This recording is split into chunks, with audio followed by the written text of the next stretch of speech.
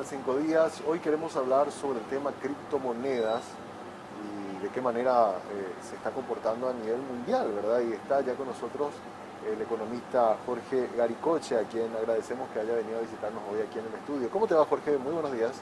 Buen día, Samuel, un gusto compartir con ustedes y con toda la audiencia de Canal 5 Días. Bueno, antes de entrar al tema de criptomonedas, me dijiste que lo que nos habías comentado en la entrevista anterior que habíamos tenido hace creo que un poco más de un mes o 2 meses por ahí atrás, nos había hablado de un estudio que estaba haciendo la consultora donde estás y están ya llegando a la etapa final, o por lo menos ya hay avances del estudio sobre el tema vacunas, ¿verdad? Asimismo, tenemos algunos avances interesantes. La gente puede entrar a la página desarrollo.org.pi y van a encontrar ahí algunos apartados ya sobre los avances del estudio. También probablemente ya esté publicado en la página de CONACYT, que es la fuente financiadora de esto, y cualquier cosa se comunican con nosotros y con gusto vamos a estar compartiendo esos avances. El informe global, porque hay un avance del estudio, pero el informe global me dijiste que lo van a tener más o menos para agosto. Asimismo, más o menos entre agosto y septiembre vamos a tener ya el informe final, y hasta ahora el avance parcial que hemos tenido es sobre una encuesta que hemos realizado a 1000 personas en 2 olas, y cómo ha ido evolucionando la disposición a vacunarse de las personas. Ah, perfecto. Disposición a vacunarse que tienen. Y me hablaste un poco del tema del precio promedio por vacuna también, que llegaron a acceder a Sí, datos interesantes. Paraguay está pagando más o menos entre 10 a 13 dólares con los pocos datos que uno tuvo acceso, ¿verdad? Porque sabemos y entendemos la confidencialidad que mantiene el Estado respecto a estas firmas con los laboratorios. Hasta ahora eso es más o menos el rango de precio que ha venido pagando Paraguay. Algunos más, otros menos seguramente, pero ese es el precio promedio. Por supuesto, ahí hay algunos saldos, hay muchas cosas que seguramente se van a ir discutiendo en el tiempo, en el sentido de cómo vamos a financiar esos saldos, y también las compras futuras, ¿verdad? Que es todo un desafío para el presupuesto. Totalmente. Muy interesante. Vamos entonces a acceder ya a esa parte que ya se fue publicada, y seguramente cuando tengamos el informe completo podríamos charlar de nuevo para tener los datos y poder mostrarlo también, Jorge. Con mucho gusto, por supuesto. Queríamos hablar hoy sobre el tema de este ruido internacional que hay sobre el tema de las criptomonedas. Por eso es que apelamos a vos y para consultarte un poco por qué las criptomonedas llegó en algún momento hasta creo que los $60.000, ¿verdad? Era el precio del Bitcoin en específico, y hoy en día se ha reducido a la mitad prácticamente en su valor, ¿verdad? Y hoy estamos haciendo una pregunta en redes sociales. Te quiero mostrar un poco la reacción de la gente antes de meternos a hablar puntualmente. Hoy le preguntamos, dice, el valor del Bitcoin ha sufrido variaciones a la baja muy fuertes en los últimos meses. ¿Consideras que es un instrumento de inversión confiable? Y sí nos dice un 25%, no nos dice un 54%, y para operaciones pequeñas nos dice un 20%. Por lo menos esa es la reacción que vemos de los televidentes, ¿verdad? Y quería preguntarte un poco tu opinión sobre por qué se dieron esos fenómenos de reducción tan drástica y hasta qué punto es o no factible invertir el dinero en criptomonedas. Bueno, la caída un poco de estas semanas viene explicado por las intervenciones que se realizaron en China. Uno sabe que gran parte de las minerías, especialmente de Bitcoin, están en Rusia y China. Entonces el gobierno chino empezó a tomar medidas al respecto, intentando regular. Al principio no pudieron hacerlo, entonces directamente comenzaron a visitar los lugares e intervenir. Eso ha hecho que, como dicen los internautas, ¿verdad?, se desconecten muchas minerías. Al desconectarse, por supuesto, ese proceso de emisión o de trabajo en la minería del Bitcoin paró radicalmente en los últimos días. Por lo tanto, el valor o el miedo que muchas personas le tuvo a ese valor que venía teniendo decreció, ¿verdad? Eso es un poco lo que explica esa caída fuerte que ha tenido en los últimos tiempos. ¿Volverá a subir? ¿No volverá a subir? Particularmente yo me asentaría un poco ahí en este sondeo, en que no es un instrumento confiable, ¿verdad? Creo firmemente de que el Bitcoin en particular, porque hoy cuando hablamos de criptomonedas hay que poner en contexto que ya existen 10.000 criptomonedas más o menos, ¿verdad? Por supuesto, una de las pioneras y la que despegó todo este boom fue el Bitcoin y es la que también tiene más renombre internacional. Eh, el Bitcoin, particularmente a como lo veo, no tiene un valor intrínseco, es decir, no tiene un valor más allá de lo que genera la propia especulación o el valor emocional que uno le asigna. ¿En qué sentido? En que uno puede mirar el precio de una acción y esos precios de alguna acción a veces están muy supeditados por una expectativa que uno tiene respecto del futuro, ¿verdad? Y voy a poner el ejemplo de Tesla. Tesla venía teniendo pérdidas en muchos periodos contables. Sin embargo, la gente seguía apostando y el precio de la acción crecía por la expectativa que tiene respecto del futuro con relación a los autos eléctricos. Hasta que Tesla empezó a ganar un poco más, entonces eso se fue estabilizando. Incluso es paradójico porque cuando Tesla empezó a ganar plata contablemente, los precios de las acciones como que se iban estabilizando. Había más expectativa cuando comenzaron a lanzar la línea de autos eléctricos, cuando empezaron a desarrollar la marca, a que cuando empezaron a insertarse en los mercados. Entonces hay un valor intrínseco que es básicamente ese valor de mercado que realmente tiene una firma, más allá de la expectativa que uno tenga. Entonces, hoy no hay algo que respalde el valor de estas criptomonedas. Por detrás de ese valor es de expectativa de futuro.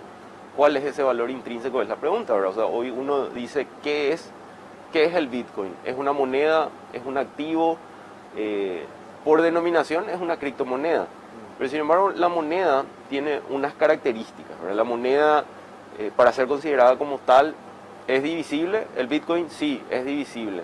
¿Tiene una relación en cuanto a la proporción de su peso o disponibilidad en relación a lo que pueda transar? Sí, perfecto, cumple esas dos condiciones.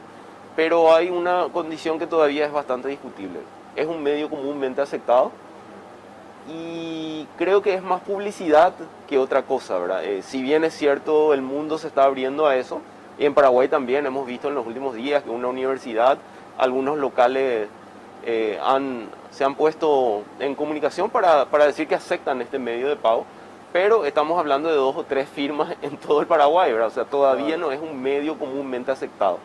Así que todavía los desafíos por detrás de esto son muchos, ¿verdad? Una cuestión interesante de esto y que creo que hay que separar las aguas ahí es que las criptomonedas, en especial el Bitcoin, se ha basado en la tecnología blockchain y creo que el blockchain ha llegado para quedarse, ¿verdad? Probablemente todavía se le siga asignando más funciones de las que pueda realizar, pero sí hoy ha demostrado una utilidad muy interesante.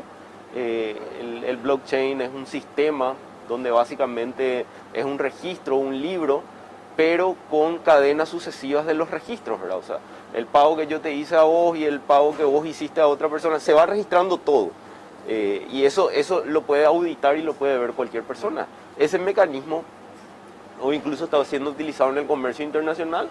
La gente puede entrar, por ejemplo, a la página Covantis, que es muy interesante, donde se pudieron unir las 18 empresas más grandes de agroalimentos, tanto ahí Bunge, ADM, Cargill, y crearon esta plataforma para que vean el comercio y la disponibilidad de fletes, a dónde van las cargas, o sea, que permita seguir ese tracking de la carga. Así que para cosas como esa se volvió muy interesante el blockchain y probablemente tenga mucho futuro. Ahora, como moneda en sí, todavía, como te dije, creo que tiene todavía mucho espacio para... Sí, sí, sí. Y una cosa que habían preguntado también en varias oportunidades, incluso me preguntaban, y por eso te traslado la pregunta, ¿en algún momento pensás que el Bitcoin o las criptomonedas podrá reemplazar el poder que tiene el dólar? ¿O es tanta la fluctuación que hace un poco difícil que las grandes inversiones, los grandes volúmenes, incluso nuestro comercio internacional en alguna vez se pueda llegar a hacer en monedas virtuales por los niveles de riesgo que implican estas bajadas o subidas demasiado fuertes que podrían destrozar toda la expectativa que tenés en un negocio? Particularmente yo no creo que el Bitcoin tenga mucho futuro y te lo voy a decir por qué. quizás en algún momento el mundo evolucione a algún sistema de monedas digitales parecidas a esta, si bien la, la- la gran publicidad que tiene esto es justamente que se basa en un sistema cripto, están encriptados, entonces se permite hacer de formas anónimas más allá de que sea traqueable. Y el otro gran marketing detrás de esto es que es una moneda sin gobierno. Entonces, probablemente el mundo vaya evolucionando a algo todavía más digital, a algo parecido a esto, que use plataformas blockchain y demás, pero seguramente con algún ente regulador. De hecho, los países, varios bancos centrales están estudiando estos sistemas parecidos a estos. Algunos intentos ya, como China, Brasil también, que se vio un poco más ralentizado por la pandemia, pero que están ahí estudiando cómo digitalizar o cómo lanzar monedas parecidas a esta. ¿Por qué no creo que el Bitcoin llegue a ser algún tipo de moneda mundial que pueda reemplazar al dólar, al euro y demás? Por su constitución misma, o sea, ellos dicen vamos a llegar a lanzar hasta 21 millones de Bitcoin. Hoy ya estamos más o menos en 17 millones. Entonces, no está muy, no es muy grande el margen que queda para minar todos los Bitcoin existentes, y después de eso, por su constitución misma, dicen que más de eso no se va a hacer. ¿Qué pasa? Si la emisión de una moneda no acompaña los niveles de producción, eso va a terminar en un proceso deflacionario, suponiendo que es un medio común de pago. Entonces, eso también va a restar incentivos a que eso se constituya como moneda, o incentivos a la producción, y la producción va a tener que seguir. Entonces, rápidamente se va a descartar como moneda.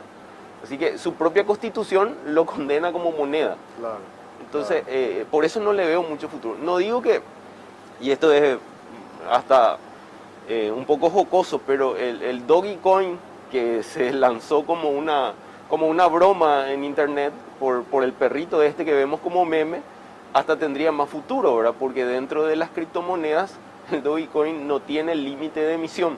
Entonces, siempre que vaya apuntando a un crecimiento acompañado de la producción, ¿por qué no pensar que en Claro, algún momento eso pueda claro. reemplazar, ¿verdad?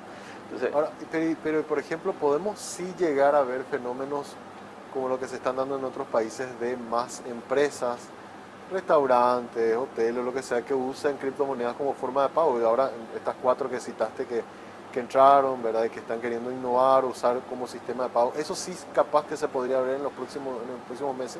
seguro que sí, pero hay que, de vuelta, voy con lo que mencionaba hace rato, que me parece que es un poco más de publicidad que otras cosas. He tenido la oportunidad de recorrer varios países en los últimos tiempos, y la verdad que no es tanto como se menciona, ¿verdad? De que te vas a los Estados Unidos o a varios locales en Europa y podés pagar con el Bitcoin. No todos los locales aceptan. Hay, por supuesto que hay mucho más que lo que uno podría tener en Sudamérica en sí, pero tampoco es una gran mayoría. Además, los costos de transacción, si bien la transacción desde el bolsillo del usuario puede ser más barato dependiendo de en qué momento hace la transacción, porque si lo hace en un pico y esa transacción tiene que ser rápida, eso tiene un costo mucho más alto, ¿verdad? Para que la transacción sea confirmada. Eh, pero el costo social, el costo que afronta la sociedad en la transacción es muy alta por el uso de energía que tiene. El Bitcoin, por su propia estructura de comprobación de transacciones, puede llegar a ser entre 4, 5 y hasta 7 transacciones por segundo. La plataforma de estas tarjetas conocidas pueden llegar a ser por lo menos 1.700 a 2.000 transacciones por segundo. Hay una gran brecha todavía. Y con el mismo uso de energía que se requiere para una transacción de Bitcoin, estas plataformas electrónicas de las tarjetas te hacen como más o menos entre 80.000 y 100.000 transacciones. Claro, Entonces, claro. ese costo ambiental, porque no todo es energía verde, Sí. es muy alto. De hecho, eso fue lo que hizo regular a Tesla de recibir pagos en Bitcoin por la venta de sus autos, ¿verdad? Porque ellos están vendiendo una producción verde y Y por van a otro lado recibir. iba Claro. un poco Hay en una contra de contradicción su- ahí de así mismo. lo que... Claro, y por eso es que justamente el propio Tesla después como que baja un poco la intensidad de la promoción de los Bitcoin y ahí es donde hubo también uno de los grandes momentos en que se desinfló el valor de la moneda. Totalmente, y realmente ahí se genera otra cuestión interesante. Debería ser investigado Elon Musk por esa aparente manipulación del mercado. Digo, justo entró cuando el precio estaba bajo y se retiró cuando el precio estaba alto.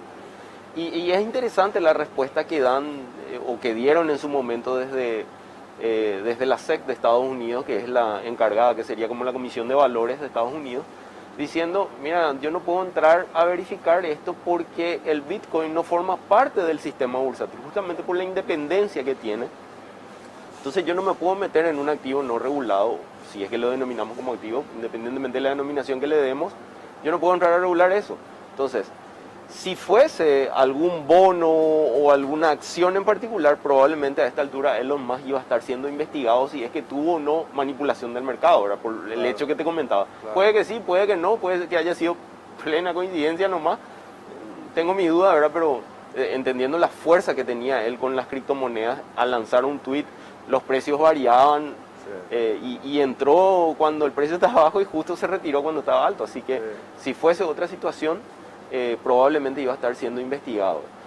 sí. Hay criptomonedas que se hicieron dentro del sistema bursátil americano, europeo, y es interesante también hacerle ese seguimiento porque 4 de cada 5 básicamente no tuvo ofertas en su lanzamiento, Ah, mira. no tuvo mucho éxito. Así que hay muy pocas monedas que realmente han logrado posicionarse. El Bitcoin, Ethereum, Ripple, algunas que otras que han logrado tener más famas que otras. ¿Y qué te pareció lo de la decisión que tomó el gobierno de El Salvador, ¿verdad? De meter como dentro de una moneda de circulación local? Escuché que hubo también problemas un poco sobre la confiabilidad de sus bonos después de esa decisión. Eh, Fue una medida un poco acelerada que tomó el presidente Bukele en El Salvador. ¿Podrían eventualmente otros países replicar lo que ellos hicieron? ¿O qué efecto podría tener en su propia economía? Sí, particularmente yo creo que fue una medida acelerada y me parece que, a ver, por un lado, qué impulsa a El Salvador a tomar ese tipo de decisiones? El Salvador tiene una estructura económica eh, característica de los países de Centroamérica donde las remesas tienen una participación demasiado importante, ¿verdad? En El Salvador más o menos el 20% de las remesas las remesas equivalen más o menos al 20% del Estamos PIB. hablando de salvadoreños que están viviendo en Estados Unidos y que envían plata al Exacto, país, ¿verdad? Las exacto, remesas que se familiares. envía plata. Entonces, Sí. dentro de esa composición de la torta del PIB, más o menos el 20% son remesas, ¿verdad? O sea, la producción de dinero que viene de afuera por remesas es bastante importante. Sí, Eso, por supuesto, tiene un costo de transacción, como cualquier transferencia internacional que se haga, que si uno lo hace por estos sistemas de ventanillas y demás, está 4 o 5% más o menos, los bancos tienen sus costos. Acá en Paraguay hacer una transferencia al extranjero está más o menos 30, 35 dólares dependiendo del banco. Entonces eso, por supuesto, dependiendo del monto en que se esté transfiriendo, tiene su peso. Entonces lo que proponía el señor Bukele es, yo voy a bajar esos costos de producción, esos costos de transacción, que hoy a la gente le está restando recibir o percibir la mayor cantidad de remesas que se le envía, ¿verdad? O sea, hay un descuento importante quizás para ellos, desconozco cuáles han de ser los costos de transacción ahí, y esa era la idea, ¿verdad? De por qué establecer como moneda de curso legal, pero principalmente motivado por el tema de envío de remesas. ok. El gran problema es cómo si toditos migrasen a un sistema de criptomonedas y no al sistema financiero, es un monto muy importante como te mencionaba y eso va a requerir que mucho uso de energía en El Salvador, ¿verdad? Y que de hecho están buscando ahí la forma de cómo solventar ese potencial uso de energía para que se puedan confirmar y realizar esas transacciones. Una cuestión interesante que no hay que dejar en este análisis es la respuesta que dio el Banco Mundial cuando se fueron a pedirle apoyo para implementar esto, ¿verdad? Porque se fueron a pedir ayuda y el Banco Mundial le dijo no. Y la respuesta del Banco Mundial, como lavándose un poco las manos por utilizar algún término, fue interesante porque no hablan de un sistema confiable, etcétera, etcétera. No van por ese lado, van por el lado ambiental. Te dicen, nosotros como banco no podemos dar respaldo a algo que tiene un costo social y ambiental demasiado alto. Muy interesante. Y ahora, entonces, teniendo un poco en cuenta eso, ¿pensás que en el caso de El Salvador podrían ellos mantener durante un buen tiempo esto o es una cuestión de un marketing político que hizo el presidente y que la realidad va a demostrar de que no es sustentable en el tiempo? Yo creo que va más bien por ahí, ¿verdad? Un marketing político que probablemente les abra algún tipo de puerta para negociar con los bancos y demás. Yo creo que va más por ahí. Por supuesto el tiempo va a demostrar esa realidad efectiva que es un caso para seguir, ¿verdad? Y creo que va a marcar mucho también el rumbo de estas criptomonedas, de cómo se va a dar, si realmente puede llegar a suplir las funciones que hoy están siendo actuadas por el sistema financiero tradicional y si pueden llegar a suplir eso, al menos en algunas partes del mundo. Claro, claro. En ese sentido, volviendo un poco a Paraguay, el Banco Central había emitido el año pasado, creo que más o menos hacia mediados o finales del año pasado, no recuerdo bien la fecha, una alerta al sistema financiero y a la ciudadanía en general de los riesgos que implican este tipo de las criptomonedas, porque nos decía la gente del Banco Central, mucha gente llamaba a preguntar si eso estaba regulado, si no, qué nivel de riesgo había, si es que esas monedas también pasaban por la mano la verificación de la Comisión Nacional de Valores y bueno, ellos alertaron un poco de que no había ninguna regulación a nivel local y de que era un riesgo que asumía la persona que ponía su dinero ahí para invertir en estas monedas virtuales, ¿verdad? Hasta hoy tampoco a nivel local se ha hecho ningún avance en materia legislativa sobre esto. Así es, y de hecho, quizás un poco con mi posición un poco más libertaria en ese sentido, la gente toma sus decisiones. Ahora, lo que sí es importante es que la gente tome decisiones informadas. Claro. ¿En qué sentido? En que cuando uno invierte en algún tipo de producto, derivado o cuestiones bursátiles, sabe que se enfrenta a un tipo de riesgo. Claro. Pero justamente lo que hablábamos hace rato, a veces la expectativa es compensada con un valor intrínseco. Si yo quería invertir en Tesla hace 2 años, miraba y decía, mira, el precio está por las nubes. Después miro el balance contable y digo, el precio no es tanto como están hoy expectantes en el mercado. Claro. Voy a esperar a que se ajuste, tomo decisiones en base a algún tipo de información. Claro. El problema con el Bitcoin es que no tiene ese respaldo intrínseco, o sea, ¿cuál es el valor que se le exige? Moneda, hoy no es una moneda comúnmente aceptada y por lo que te comentaba, por el límite de emisión que tenga, en algún momento tampoco se va a constituir en una moneda global, por su propia estructura. Atesora valor y algunos le dan esa función de atesorar valor, sin embargo, la tremenda volatilidad que tiene hace de que tampoco cumpla una función de atesorar valor. Entonces, finalmente, y en términos mucho más sencillos, es un activo especulativo. Claro. Y ahí ya depende un poco del riesgo que uno quiera correr, ¿verdad? Hay gente que te dice, yo meto plata, parte de mi plata en PDVSA, y uno le dice, pero no es muy riesgoso meterse en una empresa con la situación en la que está enfrentando hoy Venezuela, ¿verdad? Entonces te dicen, no, mira, yo corro el riesgo, porque sé que tiene algún tipo de contrato y le venda a tal país y tal cosa, entonces ahí el valor de inversión que estoy haciendo me rentabiliza muchísimo. ¿Por qué? Porque una empresa con tantas complicaciones, por supuesto, que tiene que pagar un monto bastante alto a sus bonistas, claro. pero corre ese riesgo. Entonces, mi recomendación ahí para la gente que se mete en el Bitcoin es que primero se informe bien sobre cuál es el sistema en el cual está operando y el riesgo que está asumiendo, ¿verdad? O sea, hoy está a 30.000, ayer nomás estaba a 60.000, algunos dicen que va a llegar a 100.000 y demás. Yo no sé, lo que sí sé es que en algún momento, no sé si en 5 años, en 10 años, esto puede llegar a su valor intrínseco. ¿Y cuál es su valor intrínseco hoy? Es 0.